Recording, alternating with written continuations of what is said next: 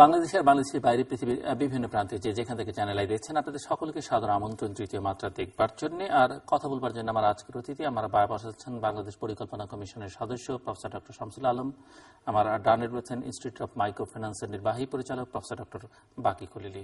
স্বাগত আপনার দুজনকে স্টুডিওতে। আমরা মূলত আজকে অর্থনীতি, দেশের অগ্রযাত্রা, নানা বিষয় নিয়ে কথা বলবো, কিন্তু সামনে বাজেট সেটি নিয়ে কথা বলবার চেষ্টা করব।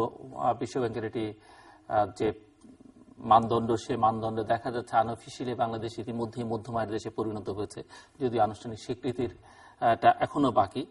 কিন্তু তার আগে এই যে অনেক সাফল্য গাথার কথা আমরা সবসময় উচ্চারণ করছি, আজকে গত কয়েকদিন ধরে জাতীয় এবং আন্তর্জাতিক গণমাধ্যমে যে খবর বেরোচ্ছে যে মানব পাচার হচ্ছে বাংলাদেশের, যে পোশাক আশাকের যে শীর্ণ চেহারার মানুষ প্রতিনিয়ত দেশ ছেড়ে বাইরে যাচ্ছে এবং সমুদ্রে 2 মাস 3 মাস জীবনের ঝুঁকি নিয়ে প্রচুর মানুষ দেখছেন যে তাদেরকে মেরে ফেলা হচ্ছে।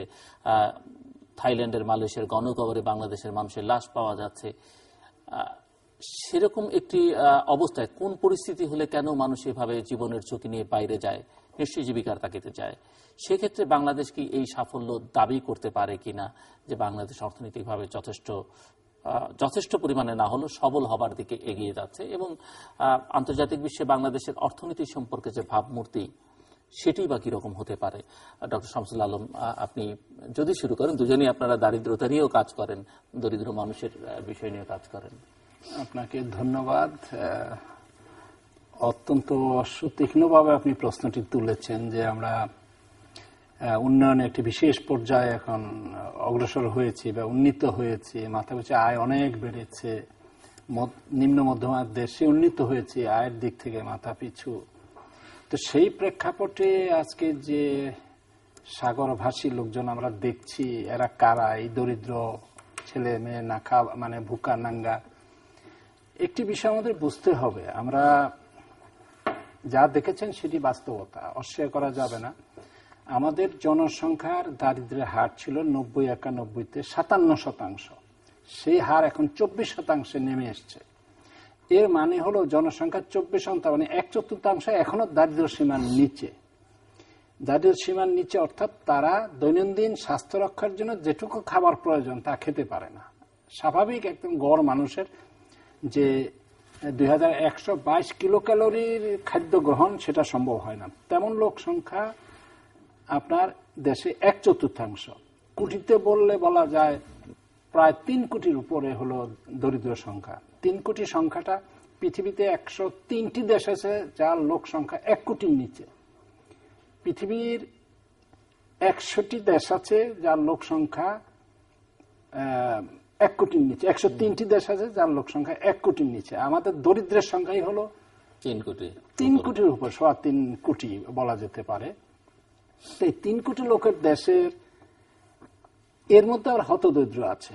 একটা হলো দারিদ্র সীমা, তার মধ্যে আছে চরম দারিদ্র, যারা 1805 কিলো ক্যালোরি শক্তি গ্রহণের জন্য যে খাদ্য সেটা খেতে পায় না, স্বাস্থ্য রক্ষার জন্য যেটুকু প্রয়োজন দৈনন্দিন তা পায় না। তেমন লোকের সংখ্যাও কিন্তু 1,67,00,000। তো এই আজকে যারা নৌকায় এই যে জীবনকে অস্বীকার করে কত বাধা বিপত্তি পেরিয়ে ঝুঁকি নিয়ে মৃত্যুকে মানে বলা যায় হাতে নিয়ে তারা সমুদ্র পাড়ি দিচ্ছে, এরা সেই অংশের লোক। এটা তো অস্বীকার করা যাবে না। যদিও আমরা দারিদ্র্য কমিয়েছি বিস্ময়কর ভাবে গত 10 বছর, বা বলতে পারি 2000 শতকে এসে আমরা কিন্তু যথেষ্ট দারিদ্র্য কমিয়েছি, এটা স্বীকার করতে হবে। আর দারিদ্র্যের গভীরতাও কমেছে। আগে যে দারিদ্র্য আমরা দেখতাম সে চরম দারিদ্র্য কিন্তু এখন অনেক কমেছে। তো আপনি যেটি বলেন সেটি কিন্তু এক ধরনের বাস্তবতা। আমাদের অনেক দূর যেতে হবে। 1/4 লোক দারিদ্র সীমার নিচে, এটিও তো বাস্তবতা। আবার অনেক দূর এগিয়েছে, এটাও সত্য। তো কাজেই আমরা যেভাবে যাচ্ছি, আর লোক সংখ্যার যে পরিমাণ দেশের, একটি ছোট দেশে যে পরিমাণ লোক, পৃথিবীর সবচেয়ে বেশি জনঘনত্ব সকলেই জানেন, এটা আমার বহুল বলা। সেই দেশ থেকে লাফিয়ে লাফিয়ে মানুষ বাইরে যেতে চাবে, পড়বে, তো এমনটাও তো আসলে একেবারে আশা না করা যায় এমন তো না। কাজে এটিও বাস্তবতা, আমরা এগিয়েছি, এটিও সত্য, অনেক অগ্রসর হয়েছে, আর বহুদূর যেতে হবে। ডক্টর বাকি খলিলি। না, আমি আপনার অধ্যাপক শামসুল আলম যেটা বললেন আর কি, আমি ওনার সঙ্গে একমত, মানে চিন্তা ভাবনা। কিন্তু আমি শুধুমাত্র মানে পুয়ার যারা গরিব যারা তাদের মধ্যে থেকে যে যারা এখানে কর্মহীন অবস্থা আছে তারাই যে এটার সঙ্গে সংশ্লিষ্ট ব্যাপারটা আমার কাছে অতটা মনে হয় না। আমার কাছে দুটো জায়গা আমার কাছে মনে হয়। একটি হলো যে আমাদের যে বাইরে পাঠানোর যে এজেন্সিগুলো আছে যারা বিভিন্ন সময় মনে করেন 1 লাখ 1.5 লাখ 2 লাখ টাকা দিয়ে বিভিন্ন সময় অফিসিয়ালি পাঠিয়েছে, তখনও কিন্তু লোকজনের একটা ভালো এবং দ্রুততম সময়ের মধ্যে একটা ভালো ভবিষ্যতের জন্য কিন্তু তারা ওই বিনিয়োগটা করেছে। আর এখানে যে মানব পাচারের ঘটনা ঘটছে এই বিনিয়োগের পরিমাণটা কিন্তু অফিসিয়াল চ্যানেলে যখন যাচ্ছে তখন বেশি। এই বিনিয়োগটা আমি পত্রিকান্তরে যা পড়েছি সেটা হলো যে 20,000 টাকা মতো শুরু করে 5,000 দিয়ে শুরু করে পরে চাপটা করে। আসলে এই যে আমার কাছে মনে হয় যে যেখানে ঝুঁকিটা নিচ্ছে, আমার কাছে একটি মনে হয় যে ঝুঁকিটা নিচ্ছে এই অ্যামাউন্টটা, এই পরিমাণটা, অঙ্কটা যেটা দিয়ে তারা এই মধ্যে যেতে পারে, এই ঝুঁকিটা এই কারণে আমার কাছে একটি মনে হচ্ছে। আর দুই হলো এইটা একটা আন্তর্জাতিক গোষ্ঠী রয়ে গেছে, একটা গ্রুপ রয়ে গেছে, এজেন্সি রয়ে গেছে, মাল্টি কান্ট্রি ইনভলভমেন্ট যাদের রয়ে গেছে।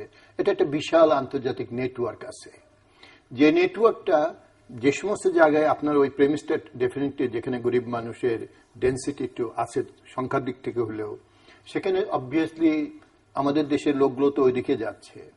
এবং আমার কাছে মনে হয় এই নেটওয়ার্কটার একটা আউটকাম আছে। ইটস নট শুধুমাত্র ডিমান্ড সাইড থেকে আমি পুরোপুরি জিনিসটা দেখবো না আর কি। আমার কাছে মনে হয় একটা সাপ্লাই সাইড ইস্যুও এই প্রক্রিয়ার মধ্যে জড়িত আছে।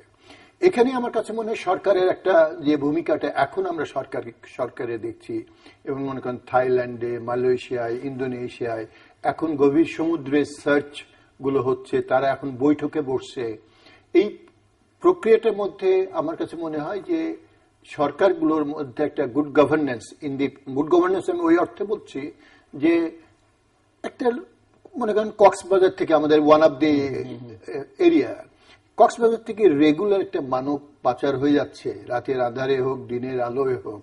এটা কিন্তু একটা সার্বিক একটাই ঘটনা না হয় লোকচক্ষুর আড়ালে ঘটতে পারে, কিন্তু যখন এটা রেগুলার প্রক্রিয়ার মধ্যে দিয়ে এই ধরনের মানব পাচার করছে, তথ্যটা অবশ্যই আমি মনে করি যে এটা লোকাল লেভেলে অবশ্যই তথ্যটা আছে আর কি। তা আমার কাছে মনে হয় বিভিন্ন পার্টির ইনভলভমেন্টে এই প্রক্রিয়াটা চলছে।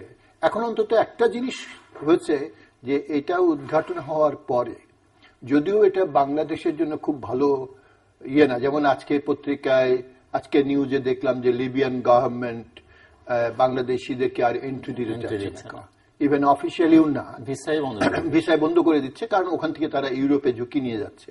লিবিয়া পর্যন্ত তারা অফিসিয়ালি যাচ্ছে বা যাচ্ছে, কিন্তু তারপরেও অফিসিয়ালি থাকলেও তারা এখন আর দিচ্ছে। এই ঘটনাগুলো অবশ্যই বাংলাদেশের জন্য পার্টিকুলারলি মানব সম্পদের এই রপ্তানিতে, আমাদের এক্সপোর্টে অবশ্যই একটা প্রতিক্রিয়া থাকবে। তবে আমার কাছে মনে হয় দুটো জিনিস, একটি হলো যে এখন যখন উদ্ঘাটিত হয়েছে এই জিনিসটাকে অত্যন্ত শুধু দরিদ্র পোভার্টির সঙ্গে লিঙ্ক করলেই আমাদের দায়িত্বটা যাবে না। এটা আমার কাছে মনে হয় এই নেটওয়ার্কটা গভর্নমেন্টের, লোকাল গভর্নমেন্ট, সমুদ্রে এইগুলোতে এই নেটওয়ার্কটার ব্যাপারে ভাঙার ব্যাপারে গভর্নমেন্টকে অত্যন্ত বলিষ্ঠ পদক্ষেপ নেওয়া উচিত। আরেকটি জিনিস আমার কাছে মনে হয় উল্টো দিক থেকে, যেটা আপনি প্রফেসর শামসুল বলছিলেন, আমার কাছে মনে হয় যে এটাও সত্য যে এই অপরচুনিটি উইদিন দি কান্ট্রি, যেটা ধরেন 20,000 টাকা আমি যদি ধরি, 5 থেকে 20,000 50,000 টাকা নিয়ে তারা এই ঝুঁকিটা নিচ্ছে।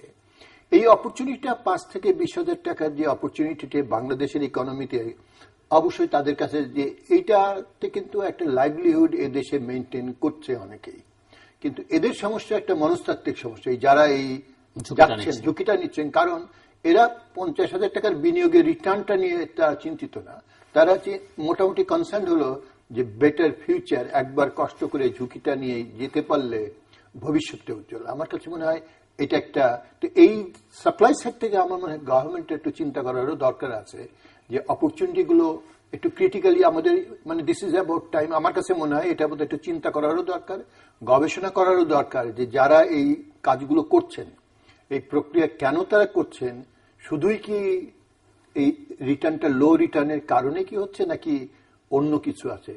আর এইখানে আমি বারবার বলছি এই কথাটা, সরকারের এখন খুবই তৎপর হওয়া উচিত, শুধু মানব পাচার রোধ করা না, লং রানে আমাদের যে দীর্ঘমেয়াদী যে আমাদের মানুষগুলো বাইরে বিদেশে চাকরি করতে যায়, এটার উপরে কিন্তু একটা প্রভাব পড়বে। এটা যত দ্রুত করা যায় আমার কাছে মনে হয় ততই বাংলাদেশের ইকোনমির জন্য, অন্য দিক থেকে বলছি, রেমিটেন্সের কনটেক্সটে বলছি, যে এটা কাজে লাগে। একটি প্রশ্ন করতে চাই যে আমরা তো বলছি যে আমরা অর্থনৈতিকভাবে, ডক্টর আলম উল্লেখ করলেন, আপনি ওখানে একটু উল্লেখ করলেন যে আমরা এগুচ্ছি বাংলাদেশ, এবং প্রবৃদ্ধিও হচ্ছে একটা মোটামুটি একটা স্থিতিশীলতার মধ্যে আছে, সেটি আশা করছে এডিপি যেটি ঘোষণা করেছে সেখানেও দেখানো হচ্ছে যে 6.5% প্রবৃদ্ধি হবে।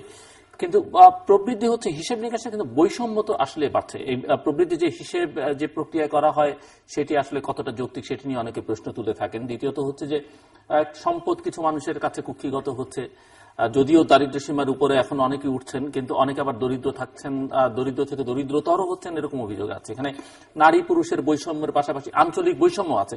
আমরা যদি মানব পাচারের দিকটাতে দেখি যে কোনো কোনো বিশেষ বিশেষ অঞ্চলের মানুষ কিন্তু যাচ্ছেন, এবং ধরেও নেওয়া যায় যে ওই অঞ্চলগুলো ঠিক সেই অর্থে অর্থনৈতিকভাবে অন্য অঞ্চলগুলোর, অন্য জেলাগুলোর সঙ্গে সমান তালে এগিয়ে যাচ্ছে না। তো এই বৈষম্যের তো একটা প্রভাবের মধ্যে আছে। একটি ধরেন আমি সার্বিকভাবে বলি, আপনার আমাদের দেশে আয় বৈষম্য, ইনকাম ইনইকুয়ালিটি, এটা কিন্তু আস্তে আস্তে বেড়েছে। যদিও গত কয়েক বছরে এটা আমরা গিনি কোফিশিয়েন্ট বলি, যেটা ইনকাম ইনইকুয়ালিটির মেজারমেন্ট, সেটা গত কয়েক বছরে একটু স্টেবল, কিন্তু রেটটা কিন্তু আগের থেকে গত 20-30 বছরে এই রেটটা কিন্তু এখন আস্তে আস্তে 0.4243-তে আছে আর কি। সো একদিকে হলো যে আপনার ওভারঅল আমি বলছি যে আয়ের বৈষম্য বেড়েছে। আপনি যে জায়গাটাতে বলছেন, অবশ্যই এই বৈষম্য শুধু আয়ের দৃষ্টিকোণ থেকে জাতীয় পর্যায়েও না, আঞ্চলিক পর্যায়ে যে এরিয়াটা আমরা মানব পাচারের সঙ্গে এখন পর্যন্ত যে তথ্যগুলো আমরা পাই, এটা আমরা পাচ্ছি মোর চিটাগাং এর, কক্সবাজারের ওই জোন, সিরাজগঞ্জ, কিছুটা ওই এলাকা আর কি। এই বৈষম্যটা আমি এই মানব পাচারের সঙ্গে খুব আমি আনকমফোর্টেবল, আমি খুব কমফোর্টেবল হব না পুরাপুরি ভাবে এটার সঙ্গে লিঙ্ক করা।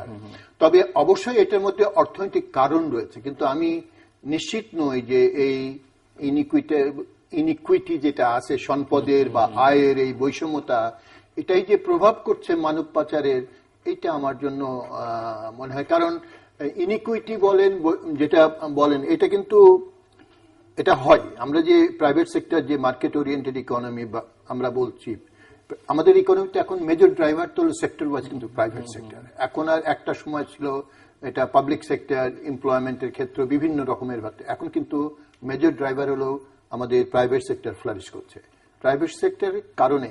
সো একদিকে যখন প্রাইভেট সেক্টরের কারণে উপরে মানুষের আয় বাড়ছে, অবভিয়াসলি একটা গ্যাপ বাড়বে। প্রশ্নটা হলো যে সেটা কি নিচের দিকেও বাড়ছে কিনা। অবভিয়াসলি যে রেটে নিচের দিকে বাড়বে তার থেকে বেশি রেটে উপরে যাবে। এখানেই সরকারের একটা বড় আর্গুমেন্ট, যুক্তি আছে, যে মানে যুক্তি না বলছি, পলিসিগত ব্যাপার আছে, যে কতটুকু রিসোর্স ট্রান্সফার করা যায় উপর থেকে নিচের দিকে আর কি। তো বৈষম্য, আমি বৈষম্য বলবো যে গ্যাপটা রয়ে গেছে, সেই গ্যাপটা থাকবে, এটাই খুব লজিক। কিন্তু ওইখানেই গভর্নমেন্টের পলিসি। কিন্তু আমি মানব পাচারের কাছে যে এরিয়াগুলো আছে আঞ্চলিক, এটা শুধু মানব পাচার না, আমরা যদি ইভেন দরিদ্র সীমার, দরিদ্র মানে পুয়ার হাউস হোল্ডের কথা বলি, দরিদ্র পরিবারের কথা বলি, আপনার চর এলাকায় ডেভেলপমেন্ট হয় না। আমি আপনার কথাটাকে যদি নিগেট করি এইভাবে, ইনঅ্যাক্সেসিবল এরিয়া, চরের লোক একবেলা মাছ নদীর ধারে থাকে, মাছ, কিন্তু তারা কিন্তু এখনো সেই চর এলাকায় তাদের জীবিকা ধারণ করছে আর কি। সো এই শুধুমাত্র অন দি গ্রাউন্ড যে এই ঘটনাটা তা না। আমি এখনো মনে করি যে মানব পাচারের ইস্যুটা নেটওয়ার্কের ইনফরমেশনের ব্যাপার আছে। এটা শুধুমাত্র ওই যে একটা এলাকায় আঞ্চলিক বৈষম্য আইগতভাবে সম্পদগত কারণে হচ্ছে, এটা আমার কাছে অতটা মনে হয় না। ডক্টর শামসুল আলম। না, আয় বৈষম্যের প্রশ্ন আপনি তুলেছেন। আয় বৈষম্য, আঞ্চলিক বৈষম্য আমাদের দেশে আছে, তবে অবশ্যই আয় বৈষম্য বেড়েছে। যেটা যিনি বললেন প্রফেসর সাহেব, যে আমাদের যিনি কোফিশিয়েন্ট যেটা পরিমাপ করা হয়, এটা ছিল 0.27 এক সময়। এটা যত বাড়বে আয়সময় তত বাড়বে। এখন সেটা 0.45, 0.27 থেকে 4.5। দীর্ঘমেয়াদে আমাদের আয় বৈষম্য বেড়েছে। যদিও গত কয়েক বছর যাবৎ বা 5-7 বছর আয় বৈষম্য ঠিক সেইভাবে বাড়ছে না, কিন্তু যেটুকু বেড়েছে সেটুকু কিন্তু দুশ্চিন্তার বিষয়। অবশ্যই, কারণ এটা 0.4-এর উপরে চলে যাওয়াটা এটা খুব ভালো লক্ষণ নয়। তো এই আয় বৈষম্য একটু স্তীমিত আছে এখন, যেহেতু আমরা ব্যাপক ব্যয় করছি সামাজিক নিরাপত্তা খাতে এবং গ্রামীণ অবকাঠামো সৃষ্টিতে যথেষ্ট মনোযোগ দেওয়া হয়েছে, যথেষ্ট রেমিটেন্স গ্রাম বাংলায় যাচ্ছে, সেই কারণে আয় বৈষম্যটা বৃদ্ধির হারটা অনেক কমেছে, এই হলো বিষয়। তবে আঞ্চলিক বৈষম্য আছে। সিলেট জেলা বিভাগ হিসাবে ধনী জেলা বিভাগ হিসাবে, কিন্তু আপনি যদি আবার যান উপজেলা পর্যায়ে দেখবেন যে সবচেয়ে চরম দারিদ্র্যের হার আবার সিলেটে বেশি। অর্থাৎ উপরের দিক থেকে আয় বৈষম্য জড়ো করে গড় দেখলে ধনী, কিন্তু ভিতরে আপনি যদি উপজেলা লেভেলে দারিদ্র্য দেখেন, সিলেট এটা ধনী অঞ্চল কিন্তু দারিদ্র্য আবার চরম দারিদ্র্য বেশি। যেমন হলো আপনার কুড়িগ্রামে, রংপুরে দারিদ্র্য কমেছে কিন্তু চরম দারিদ্র্য আবার রয়ে গেছে ওখানে। তো এই আয় বৈষম্য গুলো আছে। বরিশাল অঞ্চলে দারিদ্র্য এখনো বেশি, এমনকি খুলনা শহরে আপনার গ্রামের চেয়ে খুলনা শহরে দারিদ্র্যের সংখ্যা বেশি। তো এই ধরনের আঞ্চলিক বৈষম্য রয়ে গেছে, এটা কিন্তু সত্য। আর যেটা আমরা পাচার করছি, এটা যে কেবল পাচারকারীরা করছে সুযোগ নিচ্ছে, ওর চাহিদা আছে, চাহিদা মানে আমার যাওয়ার গরজ আছে, এই সুযোগটা নিচ্ছে। এখন একটি কথা আমি অনেকেই পছন্দ করবে না, আমরা জনসংখ্যা ব্যবস্থাপনায় অতীতে কিছুটা ব্যর্থতা পরিচয় দিয়েছি। অনেকের ধারণা জনসংখ্যা হলেই বোধহয় সম্পদ হয়, কিন্তু জনসংখ্যাকে সম্পদ বানাতে হলে যে ধরনের সম্পদ প্রয়োজন ছিল, যে ধরনের সম্পদ আমাদের ব্যয় করা দরকার, সেটা আমরা করতে পারিনি। এত জনসংখ্যা আমাদের, তো জনসংখ্যার সম্পদ অবশ্যই করতে হবে, এ বিষয়ে কোনো দ্বন্দ্ব নেই। এবং আমাদের রেমিটেন্সেরও যথেষ্ট প্রয়োজন আছে, প্রবাসী আয় একটা বড় ভূমিকা পালন করে আমাদের অর্থনীতি। কিন্তু যারা যাচ্ছে তাদের পোশাক পরিচয় চেহারা দেখেন, খালি গা, এগুলোর বয়স বিশেষ করে যেগুলো 12, 14, 18, এই ছেলেগুলো তো আজ থেকে কত বছর, 90 দশকের পরে জন্ম, খেয়াল করবেন। তো জনসংখ্যা একটা স্তিমিত ভাব আমার দেশে দেখা গিয়েছে। এটা বিশেষ করে 2000 সনের শুরুতে, এই শতাব্দীর শুরুতে জনসংখ্যার বিষয়ে একটা প্রচন্ড উদাসীনতা দেখা গিয়েছিল। আমরা প্রচুর জনসংখ্যা, তো আমাদের এই হারে বাড়ার কথা না, কিন্তু বেড়েছে। তো তার কিছু ফলশ্রুতি অবশ্যই আছে। যত আপ্তবাক্য আমরা বলি যে জনসংখ্যা সম্পদ, এই বিষয়ে যে ক্যাম্পেইনটা ছিল সেটা তো নেই, সেটা হয়ে গেছে। সিনেমা হলে দেখতাম, রেডিও টিভিতে দেখতাম প্রচার, বা বিলবোর্ডে দেখতাম, মনে হয় আমরা খুব আনন্দ আছে, আমাদের লোক ডেকে ডেকে পায়ে ধরে নিয়ে যাবে। এই ধরনের অনুভূতি অনেকের আছে, পাগলা অনুভূতি আমি বলবো, মানে অবিবেচনা প্রসূত অনুভূতি।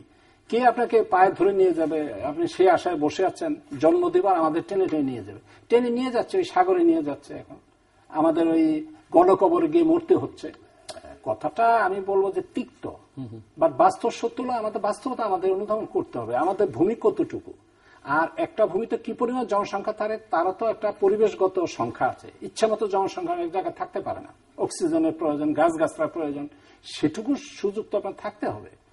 তো আমাদের এই ভূ ভারসাম্য, ভূ প্রতিবেশ যেটাকে বলে ইকোলজি ইংরেজিতে, ভূ প্রতিবেশটাই আমরা নষ্ট করেছি, এত জনসংখ্যা হয়েছে আমাদের দেশে। তো এটা হলো একদিক, এটা হলো নেতিবাচক দিক। আর ইতিবাচক হলো আমাদের একটা কর্মমুখর জনসংখ্যা গড়ে উঠছে। কর্মমুখর বলতে 15 থেকে 59 বছর বয়সের 66% জনসংখ্যা, এটা বিরাট জনসংখ্যা। এই কর্মক্ষম জনসংখ্যা, এর জন্য প্রচুর মানব সম্পদ তৈরিতে ব্যয় করতে হতো, শিক্ষা স্বাস্থ্যে প্রচুর ব্যয় হতো। আমাদের বাস্তবতায়, অর্থনৈতিক বাস্তবতায় আমরা বিদ্যুৎ খাতে যথেষ্ট অগ্রসর হয়েছি। আমরা শিক্ষা স্বাস্থ্য খাতে যে ধরনের ব্যয় চেয়েছিলাম, আমরা ষষ্ঠ পঞ্চবার্ষিক পরিকল্পনায় প্রাধান্য দিয়েছিলাম যে মানব সম্পদের ব্যয় বেশি যাক। বাস্তবতার কারণে আমরা করেছি, এটি ভালো দিক হয়েছে যে আমরা বিদ্যুতের স্বয়ংসম্পূর্ণ, এখন যথেষ্ট আমরা তৃপ্ত, এখন সঞ্চালনটা বাড়ানো হচ্ছে। আমাদের মানুষ, আমি বলছি যে মানব সম্পদ উন্নয়নে, শিক্ষা, স্বাস্থ্যে আমরা যদি এবারের এডিপির হিসেবেও যদি দেখি যে বরাদ্দগুলো আছে, সেগুলো কি যথেষ্ট গুরুত্ব পেয়েছে? মানব সম্পদে শিক্ষা স্বাস্থ্য খাতে না গিয়ে উন্নয়ন ব্যয়গুলো শরীরে ব্যথা, যেটা ব্যথা সেটা আগে ধরবেন।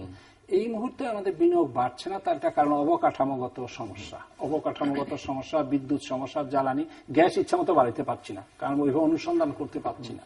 বিদ্যুৎ বেড়েছে, বিদ্যুৎ যথেষ্ট বেড়েছে, এটা খুবই আনন্দের বিষয়। পরিবহনও আমরা একটি বাজেটে দিচ্ছি, কিন্তু আগামী সপ্তম পঞ্চবার্ষিক পরিকল্পনা আমাদের 1 নম্বর প্রাধান্য হবে জনসংখ্যাকে কারিগরি প্রশিক্ষিত জনসংখ্যা হিসেবে গড়ে তোলা, সর্বাধিক ব্যয় সেদিকে যাক, সেটা অবশ্যই আমরা চাইব এবং সেভাবেই হবে। তো তো আপনি যে সংখ্যাটার আমি জনসংখ্যার ব্যবস্থাপনা আমাদের কিছু ব্যর্থতার কথা আমি বললাম, আর সফলতার দিক হলো আমাদের এখন কিন্তু স্কুলে যাওয়ার হার বেড়েছে। এটা সকলেই জানেন, আমাদের 100% এনরোলমেন্ট, গ্রস এনরোলমেন্ট যেটা প্রাইমারিতে, হ্যাঁ প্রাইমারিতে, আগে যেখানে 40% প্রাইমারি পাস করতে এখন 80% পাস করে।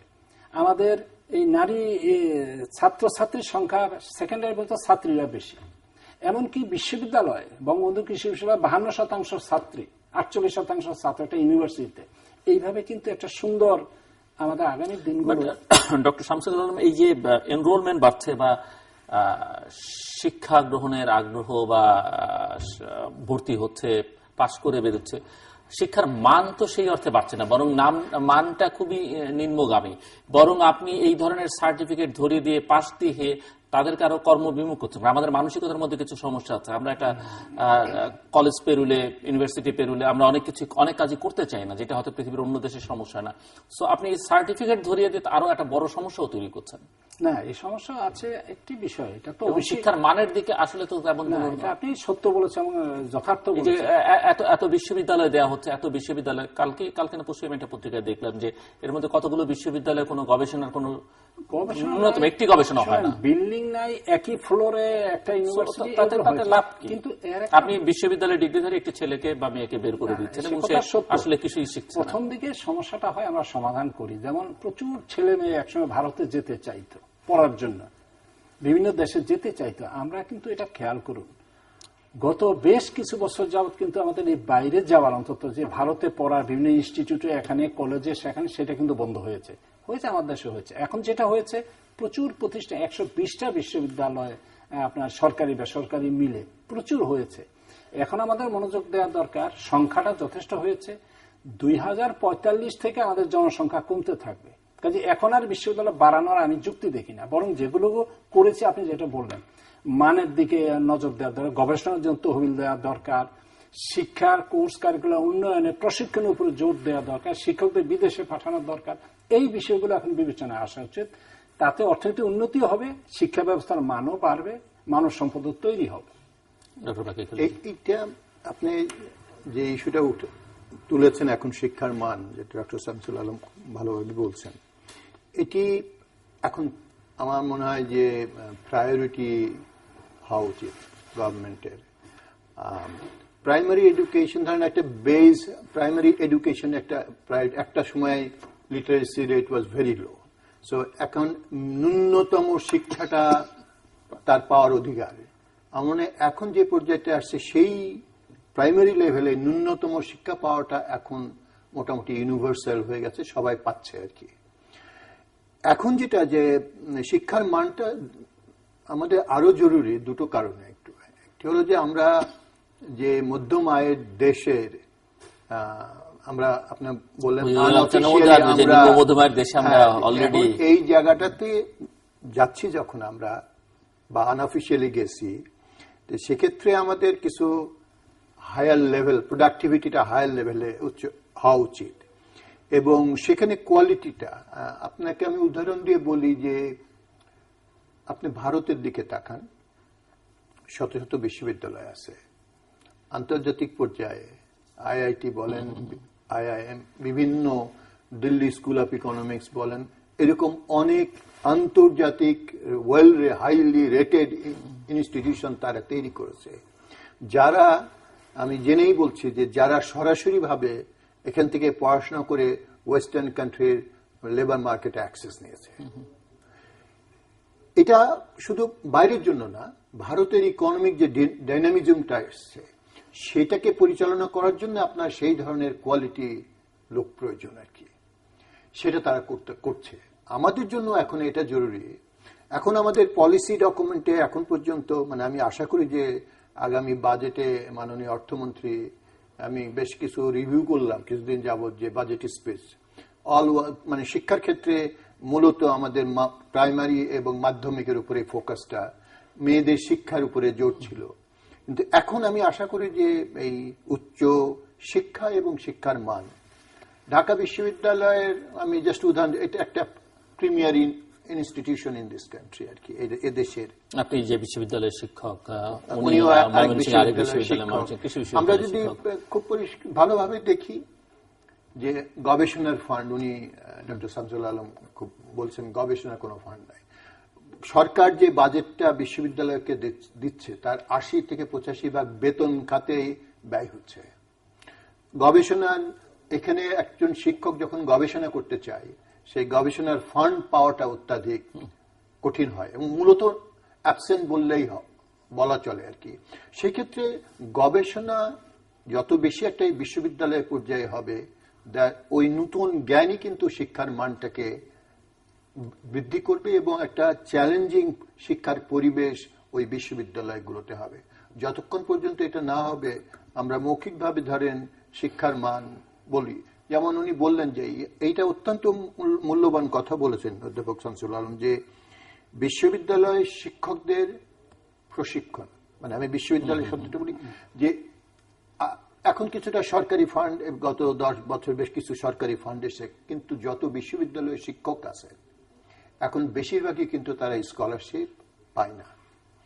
এখন আপনি যদি ধরেন যারা যাচ্ছেও, দুঃখজনক হলো যে তারা ফিরে আসছে না। কারণটা হলো যে এখানে এসে ধরেন একটা গবেষণার কথাই বলি, যে গবেষণা যে করবে সে ফান্ডও তার নাই। একটা প্রকাশনা, আন্তর্জাতিক জার্নালে যে প্রকাশনাটা করবে, ছাত্রছাত্রীদেরকে যে চ্যালেঞ্জিং এনভায়রনমেন্টের মধ্যে ফেলাবে শিক্ষার ক্ষেত্রে, এটা পুরোপুরি এই পরিবেশটা মিসিং। এখানে আমি মনে করি যে সরকারের উচিত একটা স্পেসিফিক, আমি আপনাদেরকে বলি, আমি বিশ্ববিদ্যালয়ের ছাত্র ছিলাম যখন বঙ্গবন্ধু ৭৫ সনে ঢাকা বিশ্ববিদ্যালয়ে যাওয়ার কথা ছিল, এবং আমি আগের দিনও জানি উনি এটাকে জাতীয় ন্যাশনাল ইউনিভার্সিটি হিসাবে ঘোষণা করার কথা ছিল আর কি। এটা মূলত উনি যে, আমি যেটা মনে করি যে এই যে এটাকে রিকগনাইজ করা, তার মানে ঢাকা বিশ্ববিদ্যালয়কে একটু উচ্চ মাত্রায় দেখা, যারা জাতীয় পর্যায়ে, আন্তর্জাতিক পর্যায়ে জ্ঞান সৃষ্টি, জ্ঞান বিতরণে একটা বিশেষ ভূমিকা রাখবে। আমার মনে হয় সরকারের উচিত হবে এই শিক্ষার মান শুধু মৌখিক না, শুধু ওই অ্যাক্রিডিটেশন কাউন্সিল বা এগুলোর মধ্যে না, ওগুলো তো রিকোয়ারমেন্ট লাগবে, প্রয়োজন আছে, কিন্তু বাস্তবতার আলোকে বিশ্ববিদ্যালয় পর্যায়ে যে শিক্ষার মানটা, এমনি কিন্তু আমাদের যে সিলেবাস গুলো আছে বিশ্ববিদ্যালয়, এগুলো কিন্তু আন্তর্জাতিক মানসম্পন্ন, কিন্তু যারা শিক্ষা দিবেন, যারা গবেষণা করবেন, এইটাই কিন্তু আমাদের বড় দুর্বলতা। এই জায়গাটিতে আমি বলি, শুধু আমি বাজেট স্পেসে গত বছরেটাও দেখেছি, মাননীয় মন্ত্রীর, এই অর্থমন্ত্রী, সেখানে উল্লেখ আছে উচ্চশিক্ষার, কিন্তু পরবর্তী আলোচনাগুলো মূলত প্রাইমারি এবং মাধ্যমিক নিয়েই আলোচনা। এখানে আমরা একটা কনক্রিট চাই যে গভর্নমেন্ট যেন খুবই স্পেসিফিক যে এই প্রক্রিয়ার মাধ্যমে শিক্ষার মানটা বাড়ানো। ডক্টর আলম, জনসংখ্যা ব্যবস্থাপনা নিয়ে কিছু কথা বলেছেন আপনি। আমি আপনার ওনার সঙ্গে একমত। আমি খালি উনি কতগুলো নাম্বার দিন, নাম্বার দিলে আর একটু, এই যে দরিদ্র মানুষের, আমাদের কিন্তু এভারেজ মানে ফ্যামিলি সাইজ কিন্তু 5-এর নিচে, কিন্তু আপনি যখন ইনকাম গ্রুপ হিসাবে দেখবেন, পুয়ার, নন পুয়ারদের কিন্তু ফ্যামিলি সাইজ এখনো 5-এর উপরে, এবং আমাদের যেটা আমরা নন পুয়ারদের মধ্যে ফ্যামিলি সাইজ কিন্তু অনেক কমেছে, যাদের জন্য জনসংখ্যা ব্যবস্থা নিয়ন্ত্রণের এই ইস্যুটা, এটা কিন্তু মূলত ওই পুয়ার গ্রুপদের জন্য আর কি। কিন্তু সেই জায়গাটাতে সামাও, এবং আমি আপনার ইনিশিয়াল রিমার্ক এবং ওনার যে ব্যাখ্যা, এখানে অবশ্যই আমরা গত 30-40 বছর আগে যেভাবে এই পরিবার পরিকল্পনা অধিদপ্তর বা এদেরকে যতটা আমরা কার্যকর দেখেছি, আমরা কিন্তু গত আমার মনে হয় আমার গত এক দশক বা গত কয়েক দশকে আমি তেমন কিছু নেই। অতএব এই জায়গাটাতে আমাদের অবশ্যই জনসংখ্যা ব্যবস্থাপনাটা অবশ্যই আমাদের নিতে হবে। শুধুমাত্র যে এখনো আমি গ্রামে আলাপ করে দেখেছি, আমি যখন আমি মাঠে যাই, এখনো তারা মনে করে যে একটা ছেলে ওই যে যেমন কন্টিনিউটি স্কুলটা, প্রাইমারি স্কুলটা শেষ করে, কিন্তু পরবর্তীতে তারা এখনো মনে করে একটা ছেলে মানে হলো একটা ইনকাম, তারা লেবার মার্কেটে ঢুকে যাবে 15 বছর, 12 বছর, 14 বছরে। এখনো কিন্তু সেই পারসেপশনটা রয়ে গেছে আর কি। তা আমার কাছে মনে হয় যে এই জনসংখ্যা ব্যবস্থাপনাটা এখন আবার শুধু ওই গ্রোথের কন্টেস্টে না, যে আমার পপুলেশন গ্রোথ রেট কিন্তু খুব বেশি না, কিন্তু যাদের জন্য সমস্যা, যেখান থেকে আপনি শুরু করছিলেন মানব পাচার, এর সঙ্গে কিন্তু প্রফেসর শামসুল আলম খুব ভালোভাবে বললেন আর কি। এই গ্রুপটার জন্য কিন্তু খুবই জরুরি একটা আর কি এই জনসংখ্যা ব্যবস্থাপনাটা। এটা খালি ম্যাক্রো লেভেলে যে আমার কোনো পপুলেশন ডেন্সিটি, যে আমার হাই পপুলেশন ডেন্সিটি শুধু না, ইস্যুটা শুধু ওর থেকে ডেন্সিটি তো আরো আছে, কিন্তু এত লোক সংখ্যা, তার থেকে হলো আমার যে গরিব মানুষ, এদের জনসংখ্যা, এদের পরিবার ব্যবস্থাপনাটার দিকে আমাদের আবার নতুন করে আমার মনে হয় যে দৃষ্টি দেওয়া দরকার আর কি। ডক্টর শামসুল আলম। না, এটা তো অবশ্যই এ নিয়ে আমি কথাটা তুলেছি এবং এখনো মনে করি যে জনসংখ্যা ব্যবস্থাপনা একটা হলো যে এর সংখ্যার দিকটাও ভাবতে হবে আমাদের, আমরা কতটা সইতে পারে আমাদের এই ভূমি, আমাদের এই দেশ, আমাদের সম্পদ। এখনো 22 লক্ষ লোক যদি যুক্ত হয় প্রত্যেক বছর, মানে মৃত্যু বাদ দিয়ে যেটা জনসংখ্যা থেকে যায়, আমাদের কর্মসংস্থানের চাহিদা বাড়ছে প্রত্যেক বছর 3.5% যা আছে তার চেয়েও। তো এই জনসংখ্যাকে আপনার 22 লক্ষ নতুন হলে 13-14 লক্ষ কর্ম চাচ্ছে বা 15-16 লক্ষ কর্ম তৈরি করতে হবে। তো সেটি তৈরির জন্য আমাদের যথেষ্ট প্রবৃদ্ধি অর্জন দরকার। প্রবৃদ্ধির জন্য কর্মসংস্থান তৈরি না করলে প্রবৃদ্ধি হবে কোত্থেকে? আমি বলি কর্মসংস্থান দিয়েই তো প্রবৃদ্ধি হয়, এবং প্রবৃদ্ধির জন্য আবার যে শ্রমের মানে যেটাকে আমরা লেবার প্রোডাক্টিভিটি বলি, অর্থাৎ একজন লেবার কতটা তৈরি করতে পারে একটা নির্দিষ্ট সময়ে, সেটাও নির্ভর করে তার শিক্ষা দীক্ষা, তার প্রশিক্ষণ। এখন ব্যাপকভাবে এই প্রশিক্ষিত করে না তুলতে পারলে, একটা হলো আপনার জনসংখ্যা যদি কমাতেও চান, তার সবচেয়ে ভালো উপায় হলো শিক্ষার কর্মসংস্থান করে দেওয়া। যে নারীরা, যে মেয়েরা ইয়েতে কাজ করে গার্মেন্টসে, তাদের ছেলে একটা বা দুটা বেশি হয় না। তো বেস্ট কন্ট্রাসেপশন হলো এডুকেশন অ্যান্ড এমপ্লয়মেন্ট। আপনি শিক্ষা এবং চাকরি ব্যবস্থা করে দেন, জনসংখ্যার জন্য আপনার ভাবতে হবে না, তারা they will take care of themselves. তারা নিজে তাদের চিন্তা করবে কটা আমরা নিতে পারি, কটা পারি না। সেই জন্যই জনসংখ্যার ব্যবস্থাপনাতে জনশিক্ষা, মানসম্মত জনসংখ্যা গড়ে তোলা। আমার দেশে এত শিল্প কারখানা, টেক্সটাইল, ফার্মাসিউটিক্যালস, লেদার ইন্ডাস্ট্রি, বড় বড় ইন্ডাস্ট্রিতে আমরা আলোচনা এনে দেখবেন একটাই কথা, আমরা উপযুক্ত লোক পাচ্ছি না। তাই শ্রীলঙ্কার টেকনিশিয়ান, পাকিস্তানের ওই ম্যানেজার, ওই ইন্ডিয়ার সব, আপনি দেখেন আমাদের লেদার ইন্ডাস্ট্রিতে, টেক্সটাইলে গিয়ে প্রচুর বিদেশি কাজ করে ভারতীয়। যে দেশে এত বড় বেকার সমস্যা এবং আপনার সদ্য বেকার সমস্যা, সেই দেশে আমাদের নিতে হচ্ছে বাইরের থেকে। তার মানে আমাদের শিক্ষার সঙ্গে শিল্পের বা আমাদের ব্যবসা বাণিজ্যের ধরনের লোক, এটা সঙ্গতি নাই। এই সঙ্গতি নাই। কাজে শিক্ষা ব্যবস্থার মাননের যে কথাটা তুলেছিলেন, শিক্ষা ব্যবস্থা একেবারেই আমি বলবো অনেকটা অনিয়ন্ত্রিত।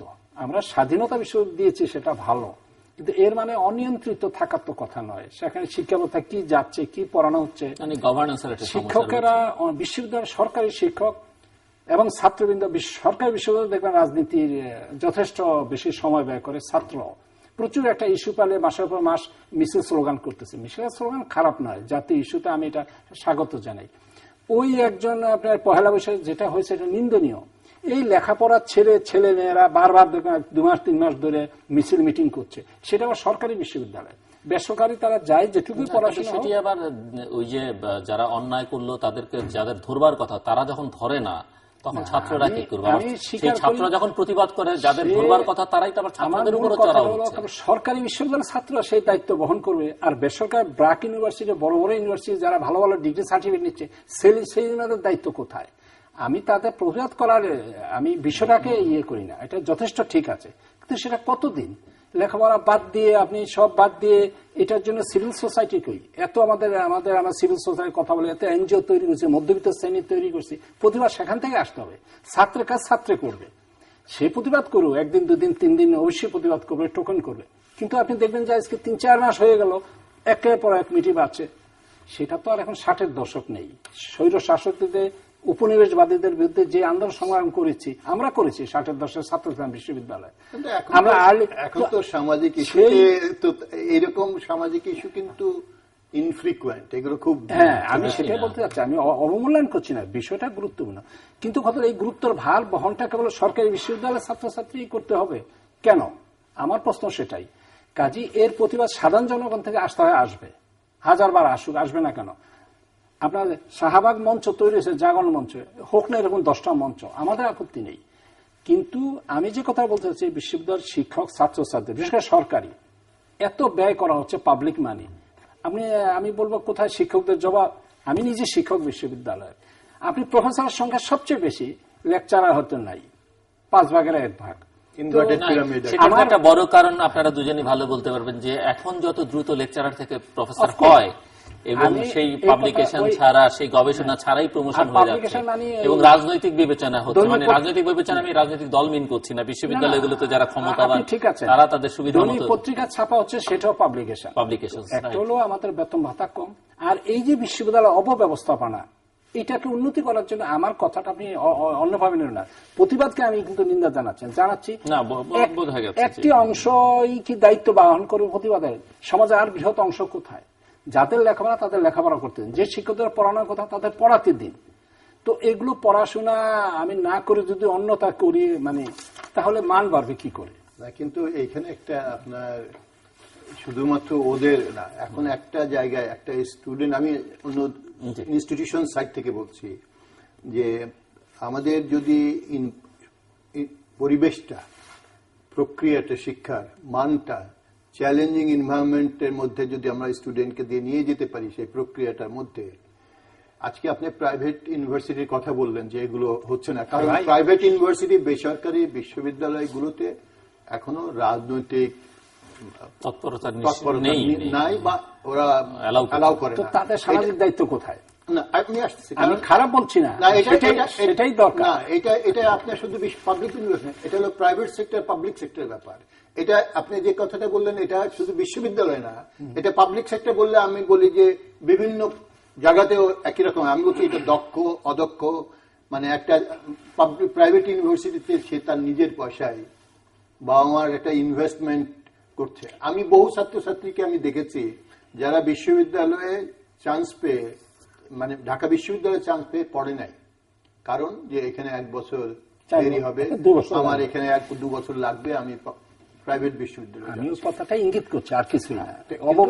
আমার কাছে মনে হয় এইটা যে জায়গাটা, কিন্তু এই জায়গাটাতে কিন্তু আমি ছাত্রদের আমি মনে করি যে সরকারের পাবলিক ইউনিভার্সিটি ভাইস চ্যান্সেলর শান্তিতে প্রশাসন চালাতে পারে, কেবল ভাইস চ্যান্সেলর বিরুদ্ধে আন্দোলন। তো একজনকে দিলে সারাক্ষণ যদি ভাইস চ্যান্সেলর গতি নিয়ে তার চিন্তা করতে হয়, সেই ব্যবস্থার উন্নয়ন ঘটাবে কি করে? কিন্তু এটার মধ্যে ভাবতে হবে, এটার মধ্যে কি সরকারের কোনো দায়িত্ব নাই? অবশ্যই আছে। একটা জিনিস যদি একবারের মতো যদি হয় সরকারি কোনো, যে না বিশ্ববিদ্যালয়ে একজন উপাচার্যকে দেওয়া হয়েছে, এটা একমাত্র তার টার্ম শেষ হলে মাত্র সরকারই এটা করতে হবে, এর বাইরে কোনো কিছু গ্রহণযোগ্য না। আমার মনে হয় সরকার এখানে ওই আলোচনাটা আমি যেতে চাই না, যে এখানে এটি বিশ্ববিদ্যালয়ের যে 73 অধ্যায়ের সেটি একটি দুর্বলতা আমি মনে করি, যে এই কাজগুলো করবার জন্য মানে এতটা পলিটিক্সে যদি শিক্ষকরা ইনভলভ না হতেন তাহলে হয়তো এত সমস্যা তৈরি হতো না। ওই আশা থেকেই কিছু কথাটা বলা, আসলে আমরা আর কিছু নয়। যে আমি যে প্রশ্নটি যে করছিলাম, যে প্রবৃদ্ধি নিয়ে আমরা বলি আমাদের ফরেন রিজার্ভ প্রচুর, আমরা এখন নিম্ন মধ্যম আয়ের দেশে অলরেডি পৌঁছে গেছে অন্তত বিশ্বব্যাংকের হিসেব অনুযায়ী, যদিও তারা এখন আনুষ্ঠানিক স্বীকৃতি দেয়নি। কিন্তু বাস্তবে কিন্তু আমরা কি সামগ্রিকভাবে যে আলোচনাটি আসলে করছিলাম, যে আমাদের অর্থনীতি আসলে সেই জায়গায় আছে, আমরা সামগ্রিকভাবে এভারেজ একটা হিসেব করছি বটে, কিন্তু অধিকাংশ মানুষের কি সেই ফিলিংসটা বা আমরা এই স্বীকৃতিগুলো নিজেরা ওন করতে পারি কিনা? আমি একটু মানে এখন আমি পোভার্টি, একটু দারিদ্র, মানে পোভার্টি নিয়ে একটু কথা বলবো আর কি। ইয়েস, আমরা আমাদের মধ্যম আয়ের দেশে পরিণত হওয়ার মতো যে সমস্ত ম্যাক্রো ইকোনমিক ইন্ডিকেটর, সেই ইন্ডিকেটরগুলো অনেক সহায়ক আর কি। আপনার রেমিটেন্স বেশি, আমার রিজার্ভ বেশি, আমার ইনফ্লেশন কম, আমার ইন্টারন্যাশনাল মার্কেটে এখন পেট্রোলিয়ামের দাম কমছে, আমার সাবসিডি ডিপেন্ডেন্সি কমছে, আমার ভাইব্রেন্ট একটা গার্মেন্ট সেক্টর আছে, ভাইব্রেন্ট আমার হিউম্যান রিসোর্স এক্সপোর্ট আছে। এইরকম যতগুলো আপনার আছে, প্লাস আমি ক্ষুদ্র ঋণ খাতকে বলি যে যেখানে 33 মিলিয়ন ক্লায়েন্ট, যাদেরকে যে লেভেলেই তারা কাজ করুক না কেন এক ধরনের সেলফ এমপ্লয়মেন্ট লো এন্ডে হলেও করছে। তো এইরকম অনেকগুলো পজিটিভ দিক আছে আমাদের। এক্সপোর্ট ডাইভার্সিফাই হচ্ছে যদিও খুব ইয়েতে, কিন্তু আমার কাছে যেটা এখন মনে হয় যে এগুলো সাফিসিয়েন্টলি, কিন্তু এভারেজে আমি যদি গড় থেকে দেখি, গড়ের দৃষ্টিকোণ থেকে ভবিষ্যতের গ্রোথ থেকে আমরা যে 6% 7% গ্রোথ রেটের কথা বলি, achievable, other things remaining same. কিন্তু আমি যে জায়গাটা আমাদেরকে শুধু ওই সন্তুষ্টি না, যে জায়গাটা আমাদের দেখতে হবে, এখন আমরা 24% দরিদ্র সীমার নিচে বলছি, এটা কিন্তু আমার ইনকাম পভার্টি লাইন বা ইউনিডিমেনশনাল পভার্টি, দ্যাট ইজ আমার কনসামশন বেসড পভার্টি লাইনের উপরে ভিত্তি করে আমরা এই হারটা বলি। এক্সট্রিম পভার্টি আমরা 11-12% বলি।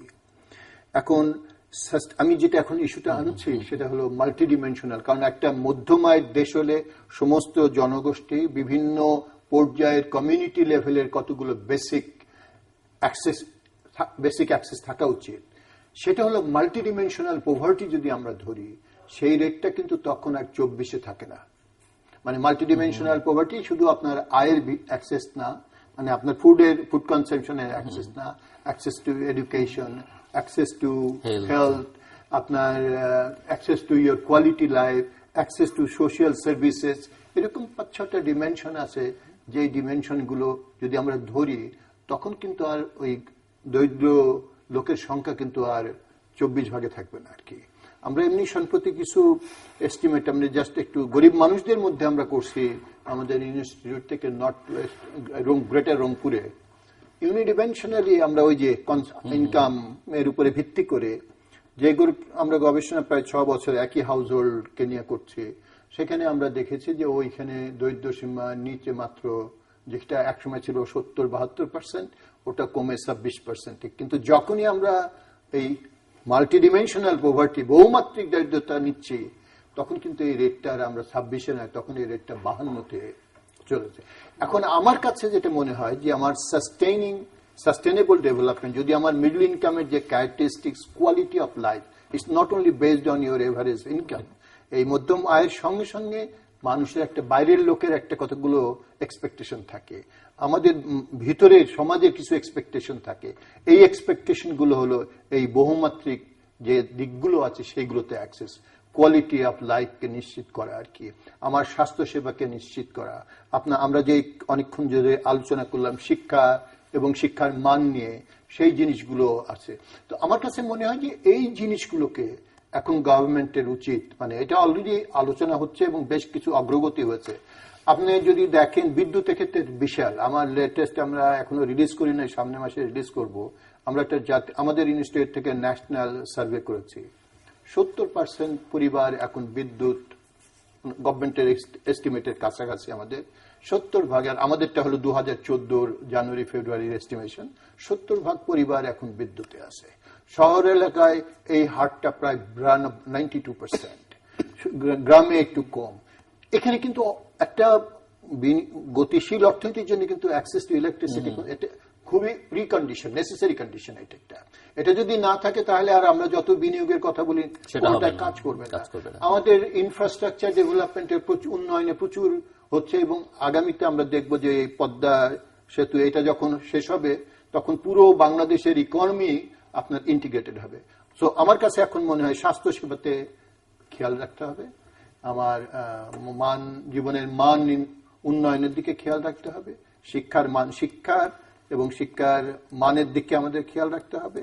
আর সামাজিক নিরাপত্তার ক্ষেত্রে আমি একটা রিমার্ক করি যে এখন প্রায়ই আমরা বলি যে দেশে, যেমন আমি গতকালকে বা কয়েকদিন আগেও পড়লাম, মাননীয় অর্থমন্ত্রী বলছেন যে একটা দেশের 11-12 ভাগ পরিবার মানে যদি দরিদ্র সীমার নিচে থাকে, এক্সট্রিম পুয়ার, এটা আসলে জিরো পভার্টি। কারণটা উনি যৌক্তিক কারণেই বলছেন যে ফিমেল হেডেড হাউস হোল্ড থাকবে, বিভিন্ন হ্যান্ডিক্যাপ গ্রুপ থাকবে, যারা সবসময় পুরোপুরি অ্যাক্টিভ লেবার ফোর্সের মধ্যে যেতে পারবে না। কিন্তু এদের জন্য শুধু আমার কাছে মনে হয় শুধু সামাজিক নিরাপত্তা বেষ্টনীর মধ্যে এদের শুধু আনা না, আমার কাছে মনে হয় যে এদেরকে আপনার হয়তো উইডো, যে female headed household widow, আর সে কিন্তু হয়তো নাও আসতে পারে, কিন্তু এদেরকেও একটা অর্থনৈতিক কর্মকাণ্ডের সঙ্গে লিঙ্ক করে দেওয়া, যাতে তাদের নির্ভরশীলতা, এই যে সামাজিক যে নিরাপত্তা বেষ্টনী রয়ে গেছে, সেইটার উপরে নির্ভরশীলতাটা কমায় আনা।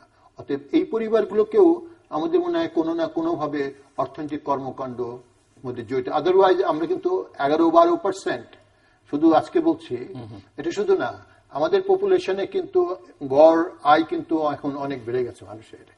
একটা পর্যায়ে কিন্তু আমরা এখনো আমাদের দেশে এটা হয় নাই যে ওল্ডার জেনারেশনে এখন কিন্তু ওই প্রবলেমটা আমাদের আসে নাই যেটা জাপানে ফেস করছে। আপনার 80-র উপরে বয়স্ক লোকের সংখ্যা প্রচুর।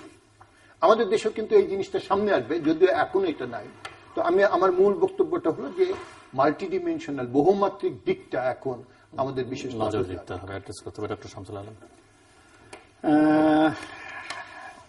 তো আমরা দারিদ্র নিয়ে অনেক আলাপিক করলাম, এর বহুমাত্রিকতা নিয়ে উনি বললেন অনেক কথাবার্তাই। আর মূল বিষয় হলো দারিদ্র নিরসনে আমাদের করণীয় কি? মূল করণীয় হলো যে আমাদের প্রবৃদ্ধির হার বাড়ানো। প্রবৃদ্ধির হার মানে কি? পণ্য সেবা এক বছর চেয়ে আরেক বছরে বাড়িয়ে তোলা। এই বছর যে ধান চাল হচ্ছে তার পরিমাণ সামনে বাড়িয়ে ফেলা, শিল্প উৎপাদন যা হচ্ছে সামনে বছর তা বাড়িয়ে ফেলা, শিক্ষিত যা হচ্ছে সংখ্যাটা বাড়িয়ে ফেলা, ডাক্তার যা হচ্ছে বাড়িয়ে ফেলা। এটা হলো প্রবৃদ্ধি। তো 1% প্রবৃদ্ধি মানে হলো 2.5 লক্ষ কর্মসংস্থান হলে 1% প্রবৃদ্ধি হয়। 6% প্রবৃদ্ধি মানে হলো 15 লক্ষ কাজ তৈরি হলে 6% প্রবৃদ্ধি হয়। তো 1% প্রবৃদ্ধি মানে হলো 0.59% দারিদ্র্য কমে যাওয়া। তো প্রবৃদ্ধির সঙ্গে দারিদ্র্য কমার একটা বড় সম্পর্ক। সেই জন্যই অর্থনীতিবিদরা বা আমরা পরিকল্পনা যখন কথা বলি বা প্ল্যান বলি, সপ্তম পঞ্চবার্ষিক ষষ্ঠ পঞ্চবার্ষিক সেখানে প্রবৃদ্ধির হারটাই সবচেয়ে বেশি জোর দেই। এবং এই প্রবৃদ্ধির হার না বাড়াতে পারলে কর্মসংস্থান হবে না, কর্মসংস্থান না হলে পরে দারিদ্র্য কমবে না।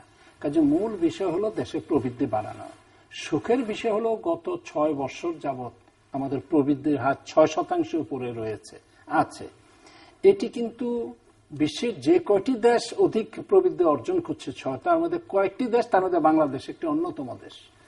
তো সেই হিসাবে আমাদের প্রবৃদ্ধি ভালো হচ্ছে, দারিদ্র্যের হার এখন দ্রুত কমছে। বৎসরে আমাদের 1.74% দারিদ্র্য কমে যাচ্ছে, প্রায় 1.25% বা 2%। এটা কিন্তু ওয়ার্ল্ড ব্যাংকের হিসাব। তো এই কমে কমে আমাদের দারিদ্র্যের হার কিন্তু এই 15% নেমে আসবে আমাদের এই নেক্সট প্ল্যানের সময়। আমাদের যে এখন 10.67% চরম দরিদ্র, যেটা উনি বললেন যে আমাদের 12 না, এটা 11% যদি আমি ফিগারটাকে একত্র করে বলি, দশমিক না বলি। এটি আমার 3.5-4% নামিয়ে আনবো পরিকল্পনা শেষে সপ্তম। এর অর্থ হলো আমাদের মূল লক্ষ্যই হচ্ছে দারিদ্রটা কমিয়ে আনা, কর্মসংস্থান সৃষ্টি করা। তো সেদিক থেকে আমাদের অর্থনৈতিক সামগ্রিকভাবে একটু ভালো চলছে। এই নৌকাডুবির পরেও এত দারিদ্র্যের প্রকাশ সত্ত্বেও আমরা আবার এগিয়েছিও দ্রুত। 6% প্রবৃদ্ধি কিন্তু সেটা ইঙ্গিত দেয়। আমাদের রেমিটেন্স প্রত্যেক বছর বাড়ছে, প্রায় $15 বিলিয়ন পৌঁছেছি আমরা, মাত্র যেটা $10 বিলিয়ন ছিল আমাদের এই 5-6-তে। তো এইভাবে প্রত্যেকটা ক্ষেত্রে কিন্তু আমরা সামগ্রিকভাবে যে প্রগতি সেটা কিন্তু আমাদের অর্জন হচ্ছে। তো এই সামাজিক নিরাপত্তার কথাটা এসছে, এই দারিদ্র কমার পেছনে যে আয় বৈষম্য কথাটা আপনি তুলেছেন, আয় বৈষম্য বাড়ছে, সেটা কমিয়ে আনার জন্য সরকার এই সামাজিক নিরাপত্তা খাতে ব্যয় ছিল আপনার 2009-10-এ আমাদের দেশজ আয়ের 1.2%, 1.97 না বলেন 2% বললাম। এখন এটি 2.5% ব্যয় হচ্ছে। অর্থাৎ গত বছর, এই বছর বাজেটও 30,751 কোটি টাকা সামাজিক নিরাপত্তা। সামাজিক নিরাপত্তা মানে কি? দারিদ্র, ওই যে বিধবা ভাতা, বয়স্ক ভাতা, মুক্তিযোদ্ধার ভাতা, এগুলো, ওই কর্মসংস্থানের সুবিধা করে দেওয়া, এসব বিষয়। তো এই বিষয়গুলো কিন্তু আগামী দিন আরো জোরদার হবে। গত বাজেটে এই বাজেটে আরো বাড়বে। আর আমাদের রেমিটেন্সের পরিমাণও বাড়বে। তো তাতে আমাদের প্রবৃদ্ধির হার, আমাদের এক্সপোর্ট বাড়বে। তো আমাদের প্রবৃদ্ধির হার কিন্তু আরো গতিশীলতা পাবে। এবার যেটা 6.5% আপনারা শুনেছেন, এই এত 92 দিনের এই যে সামাজিক নিরাপত্তা ভাতা যেগুলো, এগুলোর প্রপার ডিস্ট্রিবিউশন হচ্ছে কিনা, যাদের পাওয়ার কথা তারা পাচ্ছে কিনা, আমি বলি সমস্যা আছে। যেমন একটি প্রকল্প নিয়ে এখন নিয়মিত পত্রপত্রিকায় লেখা হচ্ছে, আমি বলি এবং প্রায় 33% চিত্র যারা দরিদ্র না তারা পাচ্ছে, এটাও সত্য। কিন্তু সেটাকে আমরা এখন পুনর্বিন্যাস করে একটা সামাজিক নিরাপত্তা কৌশলপত্র তৈরি করেছি, যেটা সরকার আমি মনে করি সহসা এটা গ্রহণ করতে যাচ্ছে, যেখানে আমরা দারিদ্র্যের একটা ডাটাবেজও করছি। আমরা একটা তথ্য ভান্ডার গড়ে তুলছি, BBS, Bangladesh bureau of statistics. সারা দেশের দরিদ্রের একটা থাকবে, তালিকা বা তথ্য ভান্ডার। এখন এই জিনিসটা কমে আসবে। এখন দরিদ্র ঠিক মতো চিহ্নিত করা যাবে। যারা আগে এটা ঠিক করতো স্থানীয় সরকারের লোকজন বা নেতা মাতবর এনজিওরা, এখন সরকারের হাতেই এই তথ্য ভান্ডার থাকবে যে কারা দারিদ্র সীমার নিচে এবং কতজন, সেটা যাচাই বাছাই করা হবে ফিল্ডে যখন আরো। তো এইভাবে আমরা যারা মিস টার্গেটিং হতো, অর্থাৎ যারা কিছুটা ধনী তারাও পাচ্ছে, যাদের পাওয়ার কথা না তারা পাচ্ছে না, তো এই জিনিসটা কমে আসবে। সেগুলো ব্যবস্থা নেওয়া হয়েছে অনেক। এখন কর্মসূচি 145টা এই ধরনের দরিদ্র নিয়ে, এটা কমিয়ে এনে বড় বড় প্রকল্পে, বিশেষ করে স্কুল স্টাইপেন্ডটা বাড়ানো হবে, স্কুলে ফিডিং যেটা খাবার এটা বাড়ানো হবে, অর্থাৎ হিউম্যান ডেভেলপমেন্টে জোর দেওয়া হবে এই সামাজিক নিরাপত্তা ব্যয়গুলোতে। আর কিছু তো ঝুঁকি নিবারণে থাকবে, দুর্যোগ হলো, বন্যা হলো, ঝড় হলো, ধসে পড়লো কোনো তাজরিন ফ্যাশ ওই যে ইয়ের মতো হলো, আমাদের কি এটা যেটা সাভারে যেটা, এগুলোর জন্য একটা অংশ থাকবে ঝুঁকি মোকাবেলা। আর বেশিরভাগ ভূমিকম্প নিয়েও ভাবতে হবে, তা ভাবতে হবে, দুর্যোগের জন্য থাকবেই। তার চেয়ে বেশি জোর দেওয়া হবে এই শিশুদের থেকে। এখন শুরু হবে সামাজিক নিরাপত্তা, একেবারে দরিদ্র পরিবার যারা, সব শিশু যেন স্কুলে যেতে পারে তার ব্যবস্থা থাকবে, স্কুলের স্টাইপেন্ডটা বাড়ানো হবে। এই ধরনের অনেক সৃজনশীল এবং গঠনমূলক চিন্তা কিন্তু আমাদের নিরাপত্তা কৌশলটাতে চলে এসছে, এবং এটি আরো অনেক সুসংবদ্ধ হবে আগামী দিনগুলোতে। এবং এই বিষয়ে একটা সুন্দর পরিকল্পনা তৈরি করেছে আগামী 26 সামাজিক নিরাপত্তা আবার কর্মবিমুখ করে ফেলে না, সেই বিষয়ে আমরা লক্ষ্য রেখেছি যাতে আপনি একটা দরিদ্র, ধরুন আমি বলি, দারিদ্র সীমার নিচে যেতে একজন লোকের মাসে 1600 টাকার প্রয়োজন, পার ক্যাপিটা পার হেড, মাথা পিছু মাসে 1600 টাকা যদি থাকে, এর উপরে সে কিন্তু দরিদ্র না। আর 1600 টাকার নিচে যদি আয় থাকে সে দরিদ্র।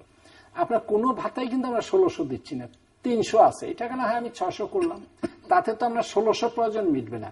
অর্থাৎ পুরোটা সমর্থন কোনোদিনই দেওয়া হবে না, যাতে সে কর্মবিমুখ না হয়। এই বিষয়টা অবশ্যই মাথায় আছে, যেন সে বসে বসে খাবার টেন্ডেন্সি না হয়, বা টাকা পেলাম আমি দ্বিতীয় বিয়ে করব, ওই সুযোগ থাকবে না। কারণ 1600 টাকা লাগলে আপনাকে সর্বোচ্চ আমি 600 দিচ্ছি, বাকিটার জন্য তো আপনাকে ট্রাই করতে হবে, কাজ করতে হবে। আবার এমন না যে এক পরিবারই সব দেওয়া হবে, সেখানেও সংখ্যা আছে, দুটোর বেশি আপনি পাবেন না। তো এরকম ওই বিষয়টা বিবেচনা অবশ্যই আমাদের আছে। আমরা সেইভাবে একটা নিরাপত্তা কৌশলপত্র তৈরি করছি, যেটি আমরা আশা করি সহসাই আমরা এটা গ্রহণ করতে যাচ্ছি। আর যেটা আমাদের পরিকল্পনা আসতেছে এখন, এই যে বাজেটটা হচ্ছে, এই বাজেট কিন্তু 7ম পঞ্চবার্ষিক পরিকল্পনার প্রথম বাজেট।